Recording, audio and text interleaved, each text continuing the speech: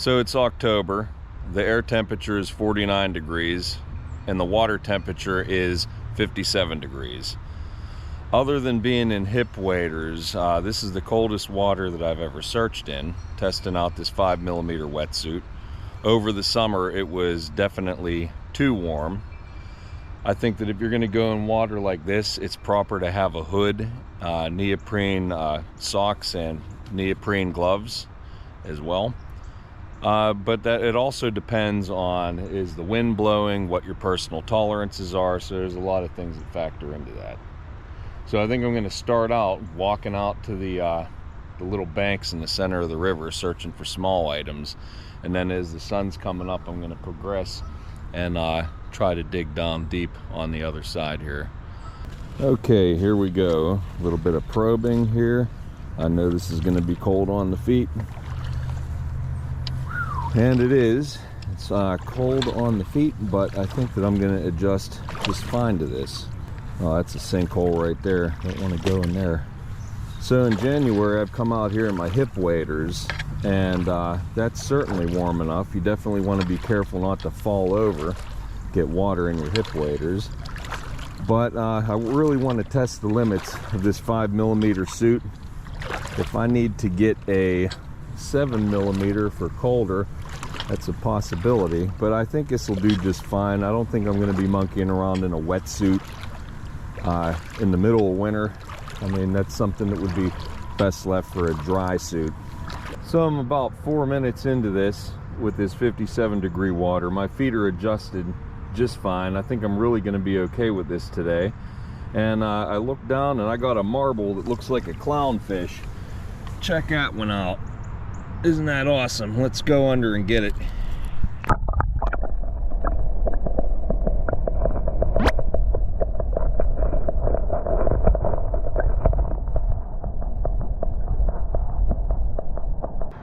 Another white marble. Looks like it might have a little bit of a swirl.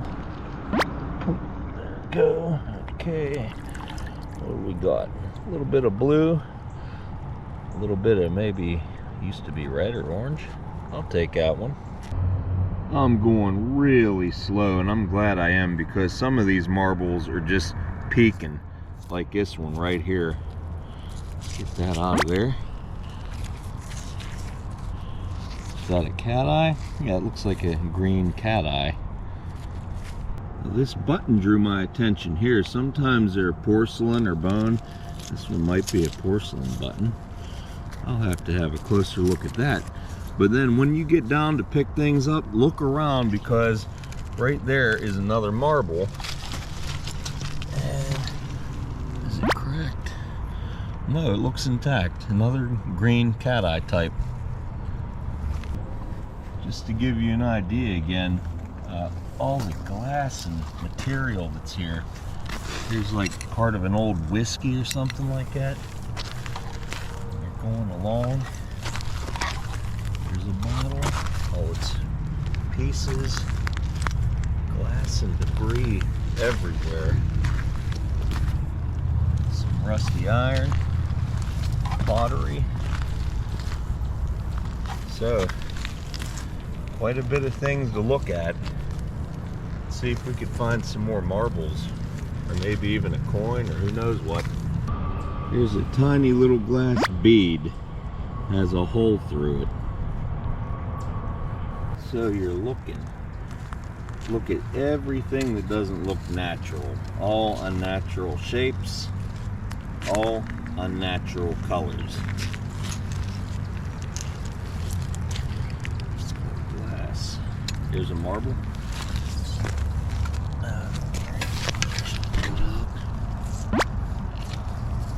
That's a pretty one. Okay. And here's another one. And on my last video, I was wondering, how in the world did all these marbles get in the river? I know people threw their garbage away, but really that many get thrown away in the garbage. Then I'm thinking, when I was a kid, something that you would like to do is shoot a slingshot, and kids had in excess marbles. So what makes a better projectile for a slingshot than a marble? I could envision kids up on that bridge over there and on the shoreline just shooting these things in the water to see the splash, or maybe skip off of the water surface. I was farting around trying to see what this thing was. I'm like, what is this thing? It has like a one of them glyphs or whatever the heck you call that thing. It's junk. But then I looked a few inches away, and here we have another white marble. There's a lot of white ones because I think that they're overlooked because they resemble the rocks quite a bit. Well, it's shaping up to be another marble day. My goodness, the last time I got 11. We'll see if I could come close or surpass that today. There's one just hiding under this little rock. Look at that. Okay, what do we have? It's like a clear with some kind of blue wisps. Not quite a cat eye, but maybe. I don't know. You guys are the experts. You tell me. Got another one.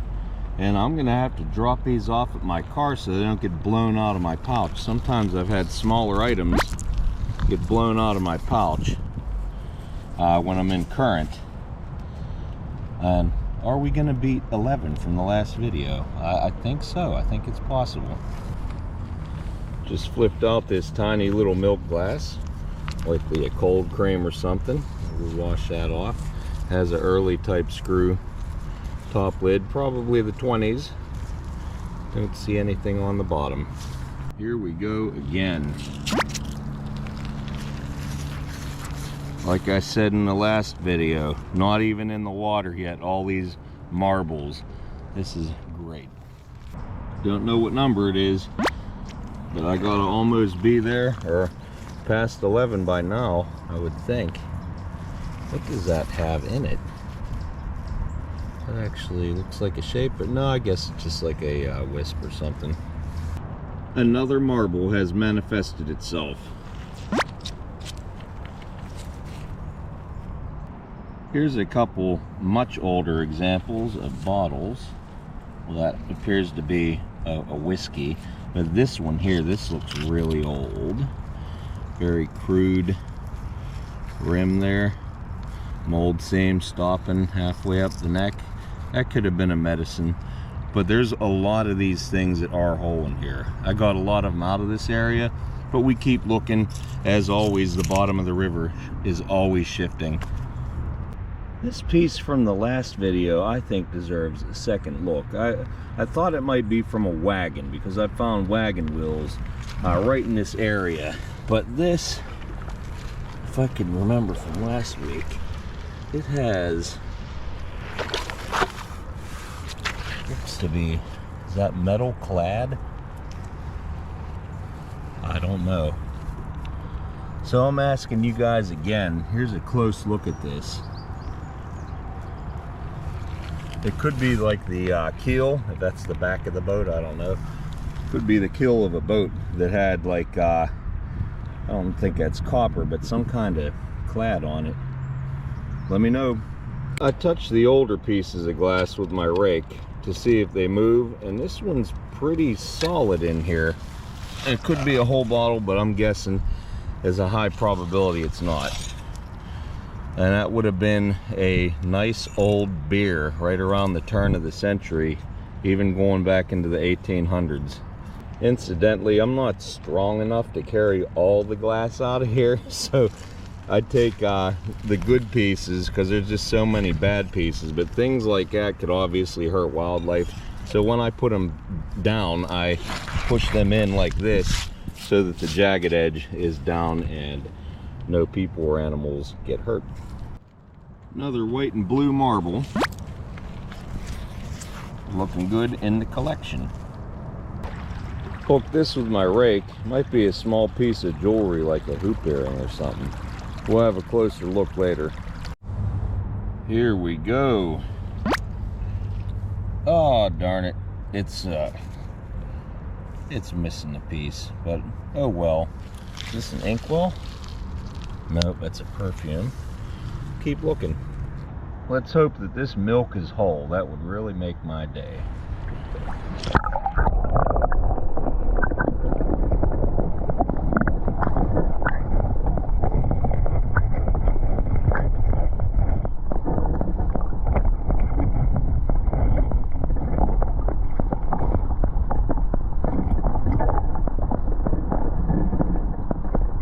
I don't see any lip chips. I don't see any hill chips. What we have here is a complete bottle. The Akron Pure Milk Company, probably around the 1920s.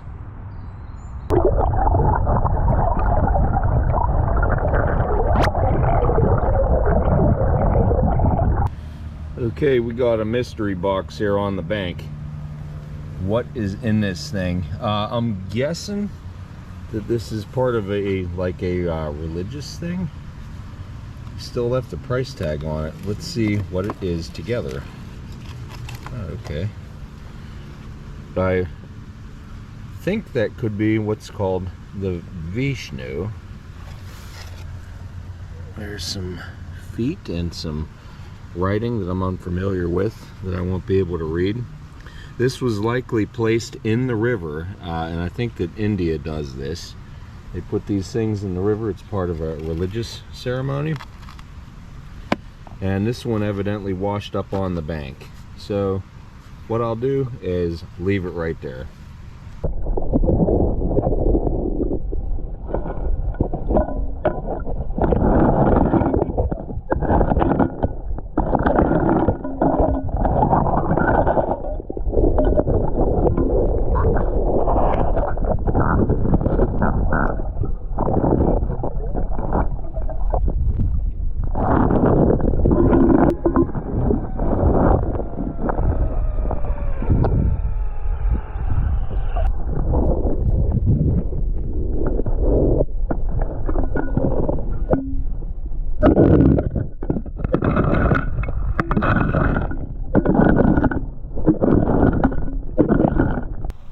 Well, I can't say it's not cold.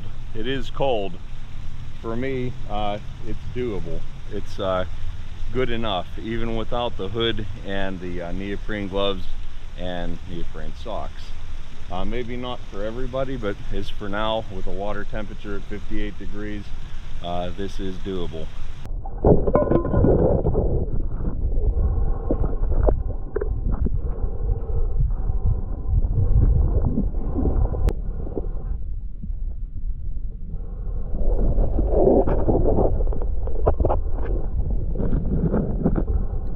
This is a chili powder jar, and it's probably from the 20s or 30s, but at the cleanup at the end of the video, stay tuned to see different variants of this jar.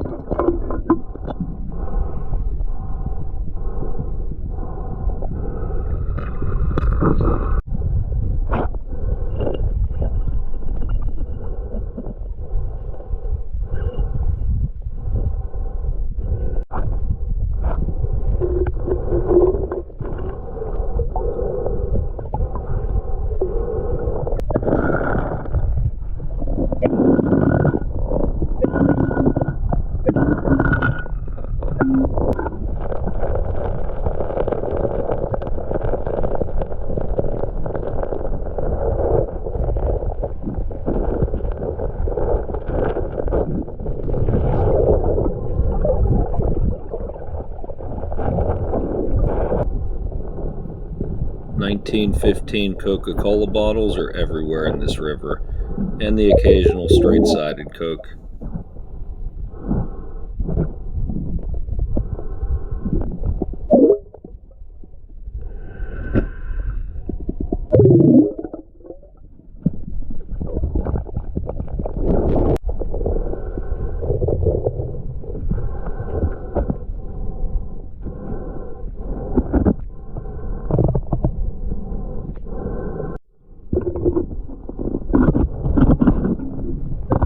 Nice example of you have to move things around, fan the debris out, and really look for things, and also how to recover something. In this instance, a probably 120-year-old beer bottle.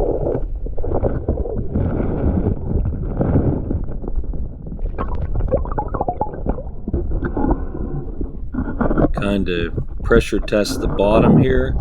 It's in there good, so dig out the side, loosen it up a bit, and then pluck it right out.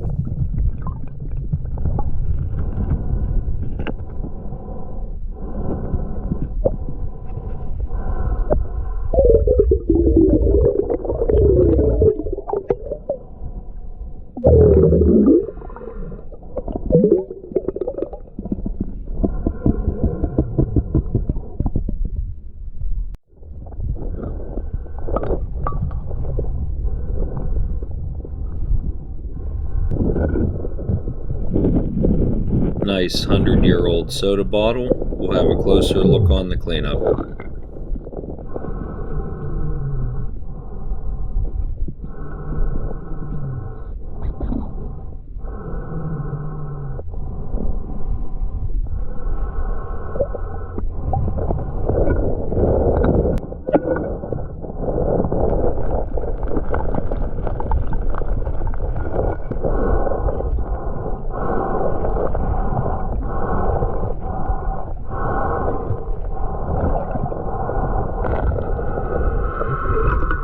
Couple wheat pennies this trip. They could have easily been silver coins though.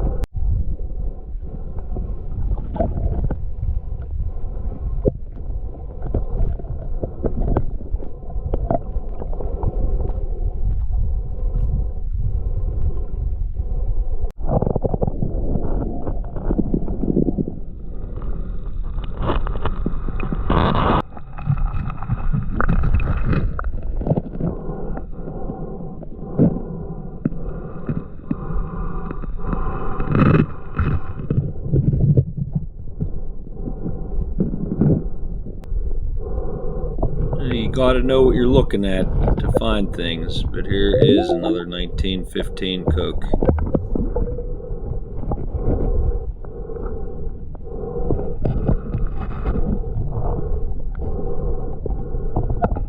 That looks like a pretty good ACL. I haven't seen this one before. ACL is applied color label, and that is going to clean up really nice. Get up. And it looks like it has all the embossing, or not embossing, but color labeling on the back as well.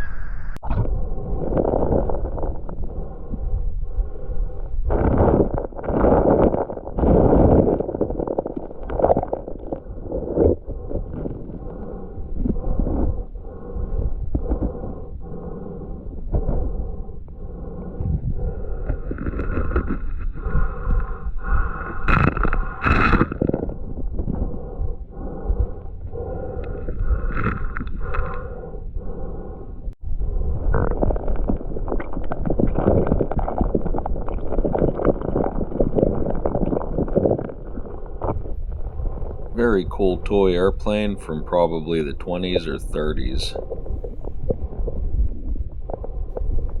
All the heavy debris like gold rings, silver rings, coins, but mostly fishing weights or sinkers end up in the bedrock. It's why you want to fan out all the sediment and see all the heavy stuff will stay there.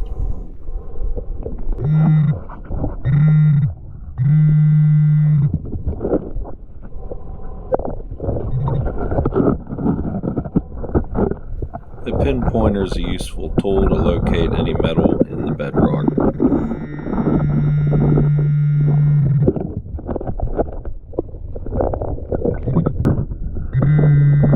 I'm using the Garrett Pro Pointer AT.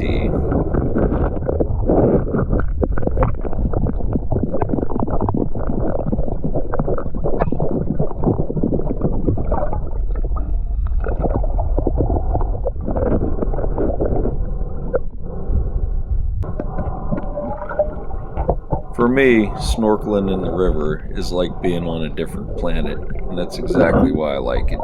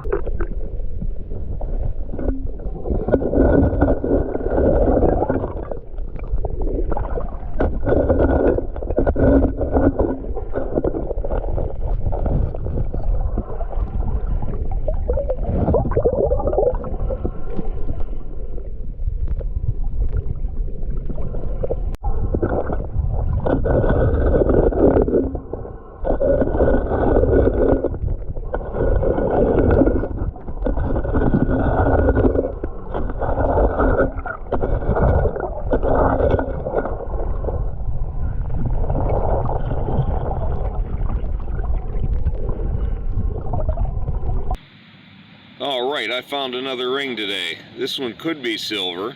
I mean, it's that silver color all the way through. It's obviously been run over by a car or stepped on or something out here in the parking lot. So we'll do an acid test on this. It says H heart I. Alright, we're back. So let me first start off by saying that I didn't clean these bottles as thoroughly as I could have. Remember, this is over 100 years of sediment and scaling in the bottle. They can come clean. There's different techniques of tumbling and different ways to do it, but I just didn't have time to get them that good. So what are we looking at? This is a Burkhart's, Akron, Ohio, and this is a example of a beer, and it is nice aqua, right around 1900 to, I would guess, 1910, somewhere in that time frame. Has a real thick mold seam that goes up, and then the mold seam from the top comes down and they miss each other, so I don't know what that's all about, but it's a good example. Then we have this Get Up soda, and it has a 1955 or a 55, excuse me, embossed on the bottom, and I do think that that is the year. Could be wrong though, but it certainly looks like it's from that era. And it has all the embossing on the back with the fine print. So that's the first one of these I've ever seen. That's nice. Then we have the Akron Pure Milk Company. There's quite a lot of these in the river, and they have these embossed stars up here on the neck. PM on the bottom for pure milk, and this is probably somewhere around 1910 to 1920. That could be off a few years, give or take, but that's usually where they fall. 2 1915 Cokes, here and here. They do have caseware, and they have been in the river. But as you could see, we got the November 16th, 1915. That's the first year that Coca-Cola used the hobble skirt pattern of bottle.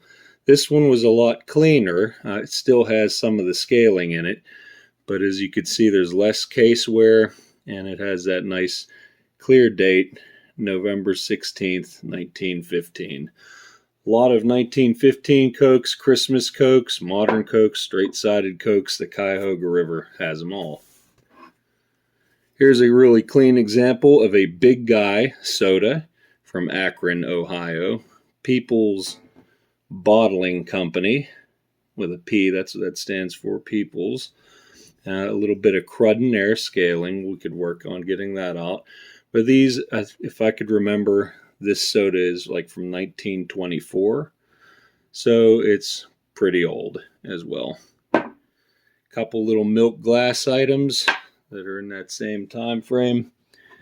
Here's a Victory lock, like a old brass lock. It was just the front of it, but I thought that was interesting. A little brass door pull that we found fanning the Bedrock, along with some sinkers, a porcelain button, a little purple bead, and what else fanning the Bedrock? Yeah, this early toy airplane, probably from the first days of manned flight. A plane of this style would have been flown in like the 20s or early 30s. So it's interesting to see a child's toy missing the wing, but nonetheless, I was happy to find it. Nice little radial engine there. I thought this was a brass shotgun shell because I find a lot of all brass shotgun shells in the river. But then I realized that this is like a plastic material that goes all the way down to the rim. And I know firearms, but I've never seen a shotgun shell where the plastic went all the way back like that. So if you know what that was, and it's kind of mangled on the bottom there, let me know. It's a slug with a star on the top of it. What else? This came out really clean. I don't know if it had baby food or what, but what's that little symbol? Is that an anchor hawking? Probably. This right here, Gebhardt Eagle chili powder. And the reason why I save a lot of different bottles is this is a variant that had a paper label on it. A few trips ago, I found this variant. As you could see, they're basically the same, but this was one before the paper label where you actually had the eagle on it with a trademark. So it's a paper label, chili powder. What else? 2 wheat pennies, 1920 and 1916.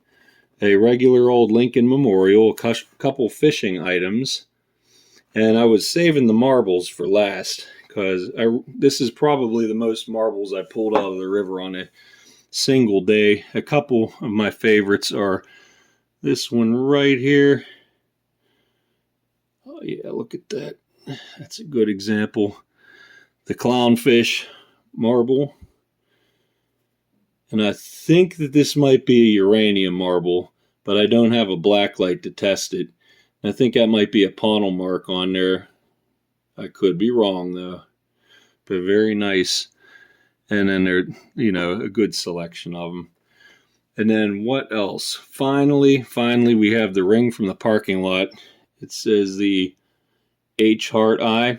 Yeah, and I know I bent it with pliers because I found out it was junk metal because I did do an acid test on it, and it is nothing special. But it will go into the ring box. So we're going to do 2 inductions. We'll induct the marbles into the jar, and we'll induct this ring into the ring box. And here go the marbles. Getting a little bit closer. I do have a few more videos that I'm working on, and I can tell you I've found some pretty amazing things, and I will probably get close to filling this jar in the next couple videos that I'm going to release. So let's take care of the ring. So here are the ring boxes, and how does a ring get into the ring box? What are the qualifications? 1, it has to be a finger ring, and 2, it has to be made out of metal. Some of these are made out of gold, some of them are made out of silver. A good portion of them are costume jewelry that people lose. This falls under a junk ring. So we're going to put it right here, and that is ring number 113. And we will not stop until we fill both of these boxes. Until next time, happy hunting.